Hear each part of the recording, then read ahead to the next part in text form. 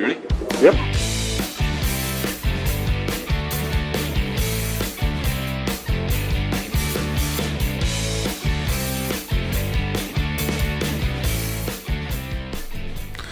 Well, welcome to My Brain Hurts. My name is Stephen Paulson, and this is... And I'm Garth Clarkson. And we hope you come with us on a journey. But to come on the journey, you've got to know who we are. So I'd like to start off by asking Garth a little bit about your history and why you and I are involved with this together, so that the viewers can get an understanding of what we're about. Yeah, well, when I was a young man, I was involved in the occult, in martial arts, and all sorts of things that were very destructive, and I ended up not having any meaning to my life anymore. Mm-hmm. And I had gotten to the point where I was basically I was contemplating suicide, and I was getting drunk most nights of the week, and off my face the other couple of nights. And I ran into this young man who was into cars like I was, and one of my karate students introduced me to this guy, and he just said, "Oh, you've seen the car? Now I'm going to tell you about Jesus."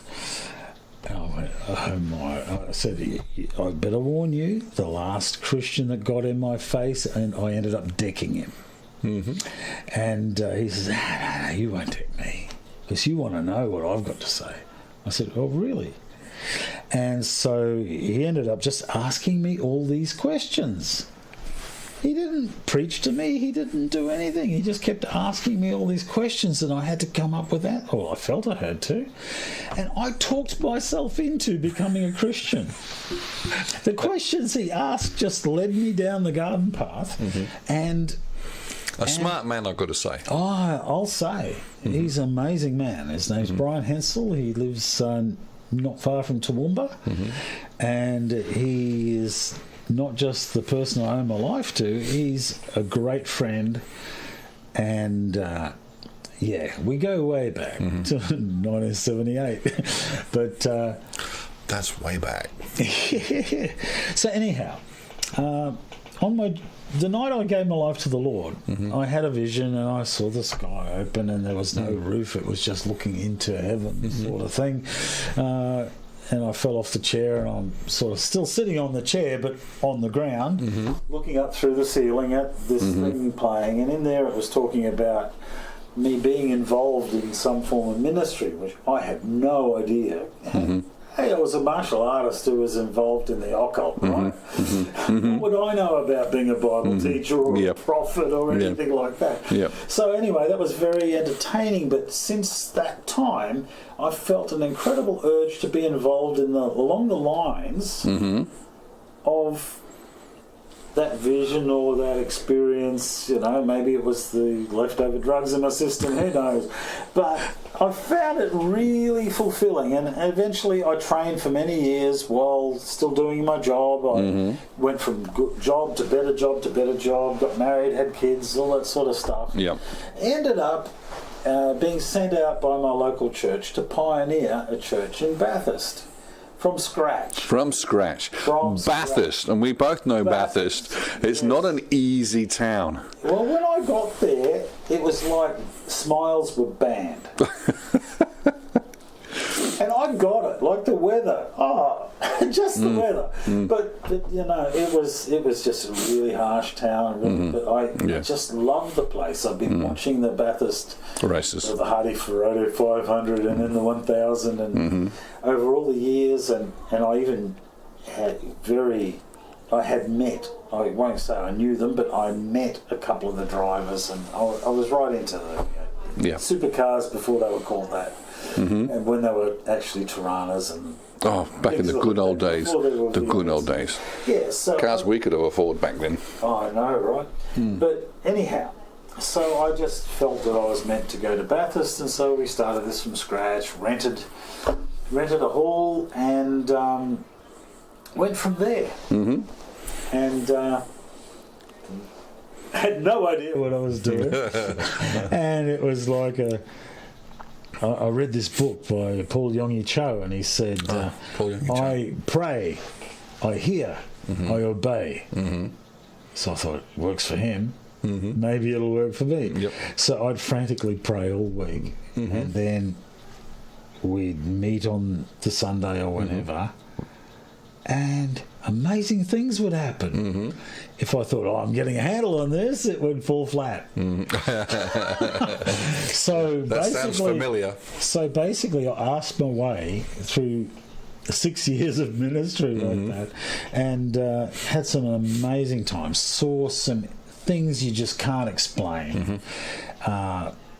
People being healed, people with spiritual issues being set free, people with financial issues being set free, and people generally becoming a lot happier. And I can say, when I left Bathurst, it wasn't unusual to see smiles in the street.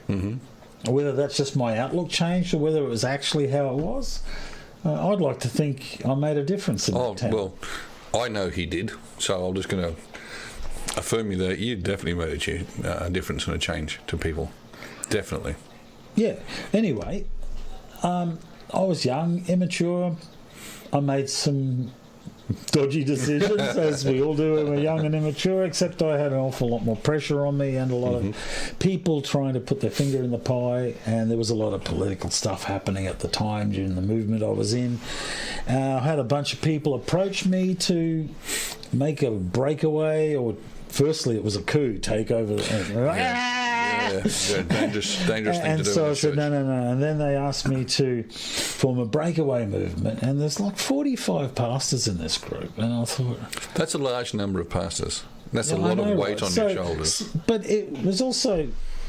It was a bit of an endorsement that although my leadership was frowning upon me, that I had established trust and respect amongst a community of leaders of the community. And so it showed me in some aspects I had what it took, and that I had my finger on the pulse at the time.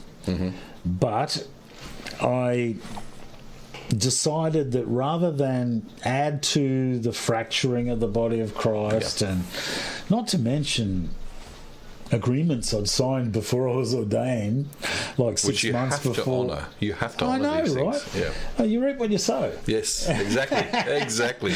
And so, anyhow, so with all of that, I went back from actively pastoring a church into not just being a member of a congregation. Once you've had that life-changing experience of being out there,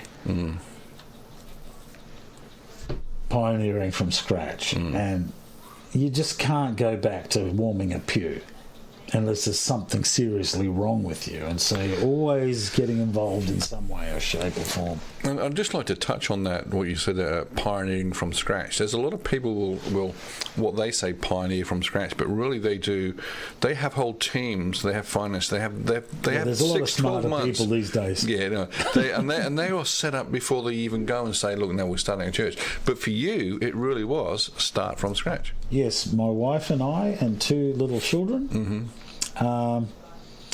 took everything we had, rented a house in Bathurst, and moved. Yep. Our house back in Wingham near Taree in New South Wales, it was rented out to another pastor in training, top guy, Tom Searle. I've heard the name. No, I know the name. He pastored in Inverell for a very long time. Okay. He pioneered. I think he pioneered it. But anyway, he was there so long. He was part of the furniture, but or a landmark in the town, I'd like to say. And top guy, ex-scientist who gave all that up to follow the plan of God in his life. To follow the call of God and to reach his community for Christ. So I have a lot of respect for Tom. And he and I would get up to so much mischief at conferences. Like one conference, he was playing guitar and I was playing bass, and that was it. We were and we're doing the Johnny Be Good and having fun, just having fun, just having a ball, having fun in Christ. Yeah. Oh, absolutely. Like worship was an amazing experience for us because it was a way of expressing ourselves and interacting with God. There was no set formulas in how close to the carpet you had to be or anything like that. There were no flags to wave. There were no horns to blow. There was just you dance crazy and you let it rip on the guitars and get the Pentecostal hop or Pentecostal shuffle we used to call it. Yeah. The Pentecostal two-step, I think, was the expression. That's what they used to call it. Yeah. But anyhow, enough about me. Okay. What's some of your background? Okay, some of my background. Interesting, you may ask. First of all, I'm 55 years old, and I've been doing this for 27 years now, in a unique way and in a unique manner. And I wasn't always a Christian, or if that's the terminology you want to use, a believer. Depends what terminology you want to use. I was a young man that came to Australia from the UK, but my father was in the British Army, so I lived everywhere. I think I lived on 20 different places on 3 different continents before I was even 11 years old. Wow. So I was always moving. I thought I was bad for moving around. So I always had that gypsy in me, and then I think I was 16 when I came to Australia, and I had a lot of internal pain, a lot of internal struggles. My parents are beautiful people, but my father being a soldier and that kind of thing, he didn't know how to father, so it was a very difficult upbringing. So I grew up with a lot of rejection and a lot of pain, and I sought out some way of healing that pain, and obviously drugs and alcohol are the things that a lot of young men go to. Yeah, I can relate to that. Yeah, I think a lot of Christians actually, when they get older, can say that. And I met my wife Dawn when I was like 18, 19, and instantly fell in love. And then she too was a woman with lots of issues. So we clung to each other, and we got married very quickly, had children very quickly, and we lived a few years just trying to get in our lives together, but with a lot of problems. And we were living in the Blue Mountains in New South Wales, and there was a lot of drugs up there, and that was causing a lot of problems. So my wife and I said, well, we've got to get away from the drugs, because we had children now. So we went to Bathurst, and it's kind of funny because Bathurst has a lot of alcohol, so I went from the drugs to the alcohol. How many pubs how many pubs in Bathurst, right? And what was they don't just open for the long weekend for the races, either. They're open all the time. Yeah. And there's some scary characters in some of them pubs. So what would happen was I got a really good job there working at a place called Uncle Ben's of Australia, and was making good money. Got on shift work, but what happened was my wife got really lonely, and it was, I didn't really care because I was getting drunk on the way home every day. I was trying to escape. I never would have seen that about you. Yeah, but I had a lot of that. Yeah, like a happy-go-lucky. No. That was the like facade. A normal sort of guy. Yeah, that was the facade. But I was like you. I think a lot of Christians, or a lot of people that become Christians, you kind of reach that bottom of the pit, the suicide pit. Yeah. And to be honest, the only thing that stopped me end of the road and taking my own life was the fact that we had 3 children, and I thought it would be unfair on them. So I made the conscious choice then to, well, I'm going to hang around till they're a little older, and then I'd had enough of this life. And a lot of people get like that. So, cut a longer story short, I came home one day and my wife Dawn said, I want to go to church. And I said, why? She said, well, I'm lonely. And she'd had what you would maybe call a born-again experience when she was very young, but had never been able to have the ability to follow it up, just because of her circumstances, but had always loved and believed Jesus and God, and kind of had that in the background. And so when she said to me, I want to go to church, I was like, okay, you go to church. And she went to church a few times. And then she said, I want to take the kids to church. And I said, oh. And I didn't think my children would want to go to church. But they went to a church service and they came home and they were so excited. And the thing that really blew my mind, it's like, hang on, I tried to go into a Sunday school once when I was a kid and hated it. But here's my kids going to church and loving it. And so this became a thing where they went to church on a Sunday and I stayed home. And I was doing shift work as well, so I had some funny days. And I thought it was going to be great. But what I realised was my family was actually improving. My family were getting happier. My kids were improving. My wife was, but I was going downhill. And then one day my wife came home and she just said to me, she said, Stephen, I've been born again. And my first reaction was, that's an American thing, isn't it? Like an American cult thing? Because I had no idea. What I said. My sister got saved when she was 12. Yep. I was only 17. And I just said to her, you've joined a cult. It's mind control. It's mind control. And all these things, they get thrown at you. Yeah. And I was like, okay, that's fine. But then my wife would start coming home and tell me about these supernatural things that were happening in the church he was going to. And she told me about the pastor there and some of the supernatural things he was doing, and it was just some dopey person. And anyway, my wife came home and she was telling me these things. And then there was one night in particular, we came home and we were lying in bed and it's late at night, and my wife just leaned over and she said, I love you. I said, thank you. And then she said, and I always remember the tone of voice. She struggled to say it, but she said, Jesus loves you too. And at the time, I really needed to hear that. Wow. And even now it still affects me. Knowing that somebody could say to you, Jesus loves you. And anyway, so that was just one instant. And then over the next couple of weeks, my wife would come home with all these stories of the supernatural and things that were going on in this church. And then she started going to some of the church barbecues that they had. And that was great. And then one day she came home and she said, look, the church is having a barbecue after the service. Yeah, I think the first time I actually spoke to you for any length of time was that as a church barbecue. That was it. That was the day. Yeah. And so I went to this bar because my attitude was, well, my wife's got all these friends and the kids are loving this, and I figured there must be nice people, and I thought I better go meet all her new friends. And I thought I've got to find this pastor guy. I've got to find out if he's fake or real, or is he pushing people over. I needed to know. And so I went to this church barbecue, and I was very genuine, but I don't know how real it was. Well, what was interesting was I was expecting a bit of Bible bashing, but I never got that. What I got was this man wouldn't shut up talking about fishing.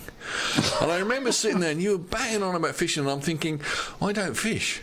It's like, this is like, but what I noticed was all the people were really nice. They were sharing. Your wife at the time, Diane, she's an awesome person. Yeah, she was really kind to me, and I really appreciated it. And there was a lot of conversation we had. It was a good time, and I really liked the people. And then we had to leave because I had shift work and had to go to work that night. And as we were leaving, and this is the guy. Okay, you stood up and you said to me, "Look, it's nice to meet you. I hope to see you at church one time." And my thoughts at the time were, you have been so respectful to me in this environment, and you've respected me as a person, that I'm going to respect you back, and I'm going to honour that, and I'm going to come to one of your church services. Wow. And I did say, look, I don't think it was going to be for 2 weeks because of where my shift was going, but it turned out the very following Sunday I was able to go. So I went to this guy's church, and I remember going in, sitting down, and it was rock music. I'd never heard it. I was expecting some big, accordion or some organ or something like that. That kind of thing is what you expect to see. Where it's traditional happy clappers. But it was great rock music. It was great worship, and I loved it. And very happy clappy, but done properly. And then I got to listen to this man do a sermon, and all the way through it, I'm thinking, yeah, that's right. You people should be listening to this guy. This is the truth. All the way through it. And then it got to the end of the service, and then this gentleman started doing he quickly explained the gospel in such a way that I could understand it. And I knew he was after me. And he was going up and down the aisles. Well, how many other new people were there? There weren't. So I knew you were after me. So I had my young fellow who was only about 6 months old, so I tried to hide behind him. Good luck with that. And it didn't work. Because you said, as you were trying, you got to the point where you said, well, I hope you don't get run over by a truck between now and next Sunday. And in my head I went, yeah, that'd be just my luck. Bing! And I thought, what am I wasting my time for? I've got to give this a go. So on the inside I said, Jesus, I do actually believe in you, but I don't understand all this. I said, but here's the deal. If you really are real, I'm going to do this, and I want you to come and live inside of me, and I want you to make me this new creation he's talking about. I didn't understand it, but I want to be different on the inside. I can't live like this. I said, because if you're not real, I'm just going to go home and get stoned and have a few cones. But if you are real, I'll give you my life, because I'm not living the way I really want to. And then I acknowledged you, and you were looking at me, and I got up and I had to walk past about 5 or 6 people to get to the front. And it was the longest walk of my life. Oh, no. Right? Listen, if you're watching this and you really don't know Jesus, I just got to say now, there are entities in the realm of the Spirit that are talking to you to try and get you to disbelieve the good news of Jesus. But I want to tell you right here and right now, it's true. He's real. He loves you. He died for you. And he just wants to give you his life. Absolutely. And so I went to the front, and you gave me an opportunity to accept Christ into my life. And I always remember I had this... I can't remember specifically the day, but it sounds like me, but I would normally lead someone in a prayer. You did. That I asked them to speak from their own heart. Yes. But use my words. Yes. Their intent. Yes. And it has all the legal contractual stuff in there that brings the protection of God and helps you be adopted into the family rather than just having some kind of mental assent. Yes. Or just let's give this a go. Yeah. It's like signing the dotted line, so to speak. Yeah. You were making it real. Because just as a background to all of this. Making you walk down the front. Yeah. That doesn't make you saved, but it sure makes it a big deal. Yes. Yeah, absolutely. And so I think that's really important. And a lot of people have lost that these days. Yeah, I don't see it in churches anymore. I don't see it. Just silently. Just do your head and hands up and And if you did that, put your hand up, then come out the front. We make it. But that's not. No. I believe too lukewarm. It's really important to make that step where you're declaring. You're not declaring, "Oh, I'm going to be the best Christian ever, forever and ever." You're just saying, "Hey, I like what I hear. It sounds promising. Yeah. And I'm going to make a commitment. Yeah. To check this out. And I'm not going to be easily put off." You're going to give God a chance. Absolutely. And that's all I expect of people. And if they're genuine in that, something amazing happens on the inside. Yes. Yeah. And they're never the same again. No. And I'd like to just continue on with what happened, because I went at the front and we did exactly what we were just talking about. And as it happened, I had a vision, which was weird because I never had visions before. And it was of a man, and he came down through the roof, and it was his feet first. And he stopped above my head, came across to my head, then dropped into me.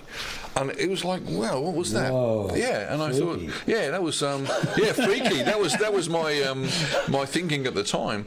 And I thought mine was bad with the roof opening up. But and I turned around and went back to my chair, and nobody was really too concerned. People were having conversations. Here's me thinking they'll be laughing and pointing, whatever. And I went and sat down, and then I'll skip a bit, but I ended up driving home, and what was happening was every couple of minutes I wanted to just weep. Now here I'm a grown man, and I've just got this desire to just weep and let it go. And I fought all of this for about 45 minutes until we got home. Good job. Yeah, I know. I had a van, and so I had my wife and my daughters got out of the car, and I said to my wife, "Look, I'll get my young fella at the back of the van, and I'm going to sneak into the house because my mother-in-law was living with me at the time, and I didn't want her to see me in this state." And as I was getting my young fella, his name's Curtis, awesome young man. As I was getting him out of the baby seat. So Curtis was in your arms when you gave your life to Christ. Well, this 45 minutes episode of the blood washing me, which I didn't understand at the time. I just knew I was freaking out. I remember him looking down at me from the seat, sucking on his dummy. As I'm just going, because something came into the car, and it was just like, and I said, "I don't know what you are, but you're too big for me. I just give myself to you." Bush, I was laid just flat on the floor, wept for about 2 minutes, then it lifted. So I grabbed my son, raced into the house, and I was trying to go have a sleep because I was on shift that night. And I couldn't sleep. I was just so alive, so absolutely alive. It was buzzing on the inside. Wow. And the church was having another barbecue that particular day, and I thought, I've got to meet this guy, because everything, what is this? This is just crazy. And got to the barbecue, and eventually you turned up, and I cornered you, and I said, mate, you just turned my whole world upside down. And you said, no, Jesus just turned your world the right way up. And ever since then, it's been an incredible 27 I was a lot better back then. I'm a lot, but, you know, a lot less encouraging these days. We were both like, I suppose, lumps of coal, and God's chipped a few bits off and shined a few things, and we're a lot more polished, a lot more diamond orientated now. And so for 27 years for me, and some say hardened about me. We've done this journey, and we kind of lost contact in the early days, just because you had to go and rescue I a moved church. to another city and rescue another church. and took over a church that had been devastated by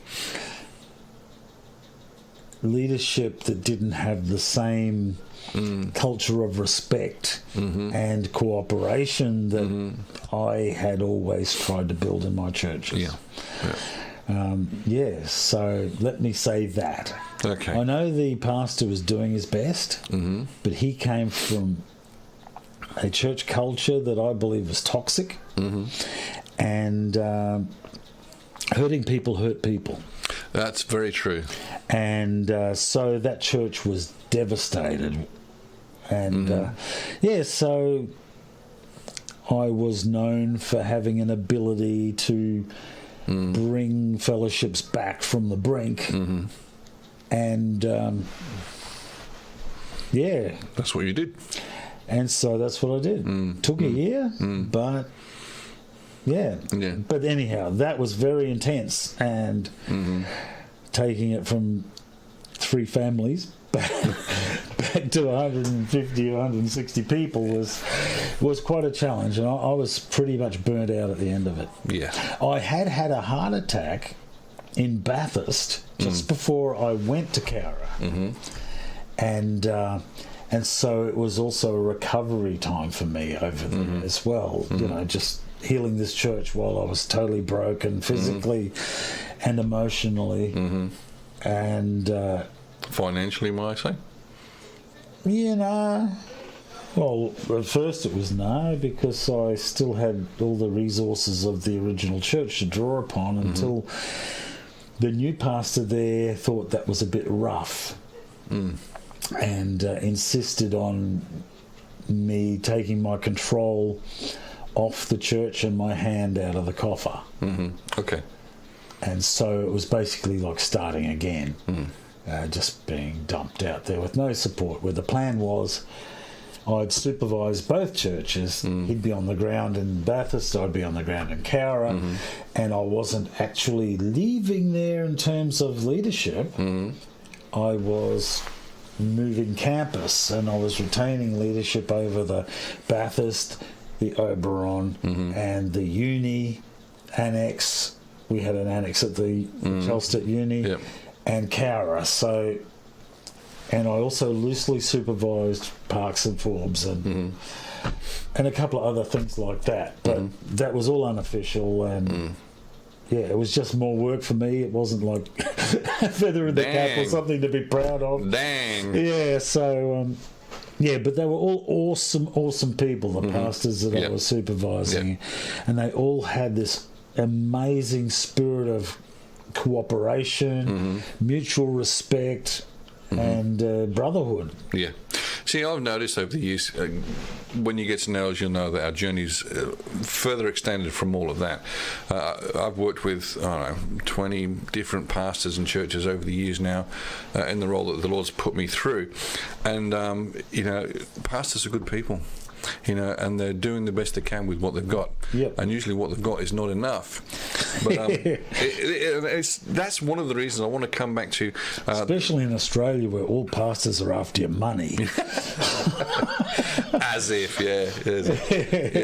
So look, we are calling our show "My Brain Hurts," and the reason we're calling it "My Brain Hurts" is because as senior men of God, we've been around this game for a long time. We've been involved with lots of different churches, lots of different ministers, doing lots of different things as the Lord has led us to do so.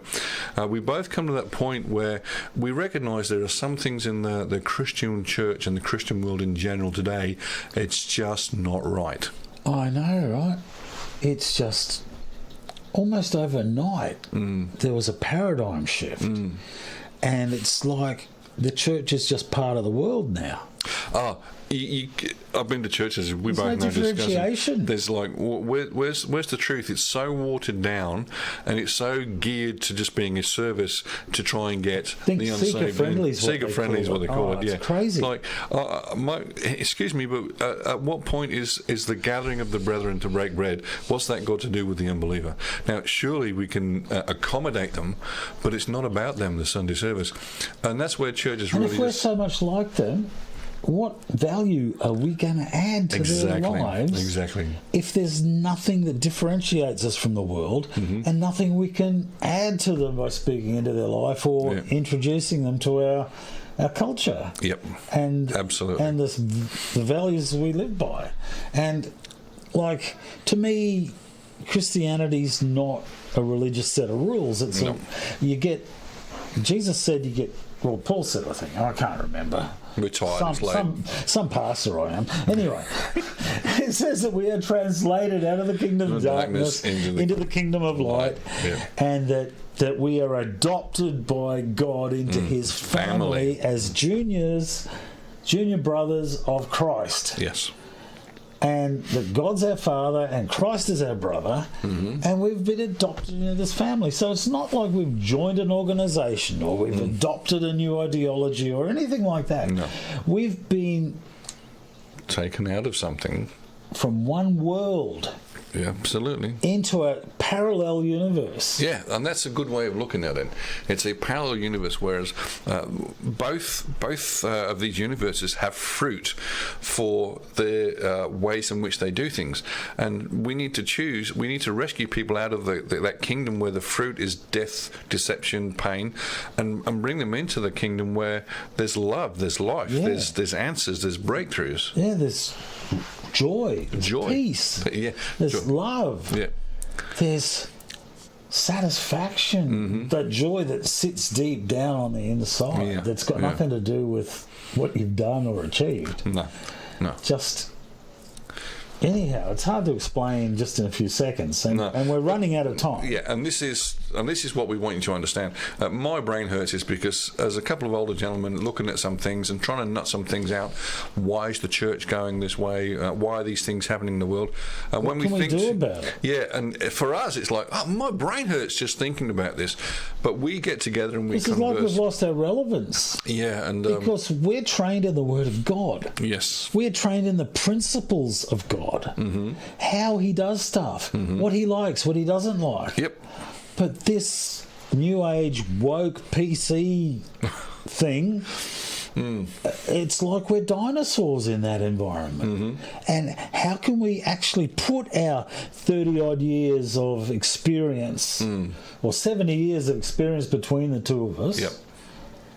How do we put that into helping people grow and live their lives and get victory over their life circumstance and prosperity in their finances and have healthy, balanced, happy children who are then becoming qualified contributors to society to help it become better? That's my big challenge, and that's what I'd like to do, but it's a real challenge because it is. The whole context has been like thrown in the washing machine. Exactly. We're going to sign off from this at the moment, but we just want to say, look, you're welcome to join us on this journey as we discuss this and so many other topics over the next couple of months and years. So, look, please tune into our channel and be quite willing to, put some comments in, give your opinions. We're quite open to other people's opinions. But we are. Yeah. We're open to listening to them, but we might not agree with you. I'm just trying to feed the trolls because it's good for ratings. If you're a troll, hey, welcome. We want you to be part of this as well. And we're here to give training, teaching, inspiration, understanding. We know a lot of people in our own spheres of influence, people who've gone to church and they're disillusioned with the Christian church here in the West. A number of years ago, my wife and I actually were going to just say, stuff it. We're going to move to Myanmar and start a work of the Lord over there. We gave our positions away and made ourselves homeless so that we could get this thing done. And right at the last minute, God said, I didn't tell you actually do this. We're like, okay, that was a bad move. Let's pull ourselves back. And Pastor Garth and myself, we've been good friends. It's a father-son relationship in the Lord, and or uncle, nephew, something along those lines. Big brother, little brother. Big brother, little brother. Jesus is our big brother. Yeah, the God's biggest our brother. Father. So. Yeah. Okay. So big brother, little even brother. though I was kind of responsible for being at the right place at the right time when your need was Salvation. presented, and we were able to see that amazing miracle of God happen. I'm not one of those people who go, oh, it's not me, it's all God. No, that's ridiculous. You got a part in play. But, if I hadn't obeyed and done my part, it wouldn't have happened. That's right. But on the other hand, if it wasn't for the amazing miracle working power of God in the background, we could have done all we wanted and it would have been a fizzer. Absolutely. Absolutely. So it's a team effort. Team effort. This is thing between man and God, and this is what Jesus wants. He wants us to come alongside and co-labor with him. Yep. I'm just trying to throw some graphics in there. Yeah, no, it's like this. Yes, co-laboring. Not like this. That's too weak. Okay. Like Jesus co-labors with mankind. Yeah. So and anyway. Big brother, little brother. Big brother, little brother. Well, not so little brother. Yeah. He's bigger than me, We're both ugly. Both losing on top. It happens. Age does diminish the beauty. Yeah, I was so good looking. I was so good looking when I was younger. Trust me, I was a ladies' man, even though the ladies weren't really interested in me. But I knew I was good looking. But age is, is taking its toll. But what can you do now that we're old farts? Yeah, a couple of old farts. We're still giving it to the devil because we know what we're doing.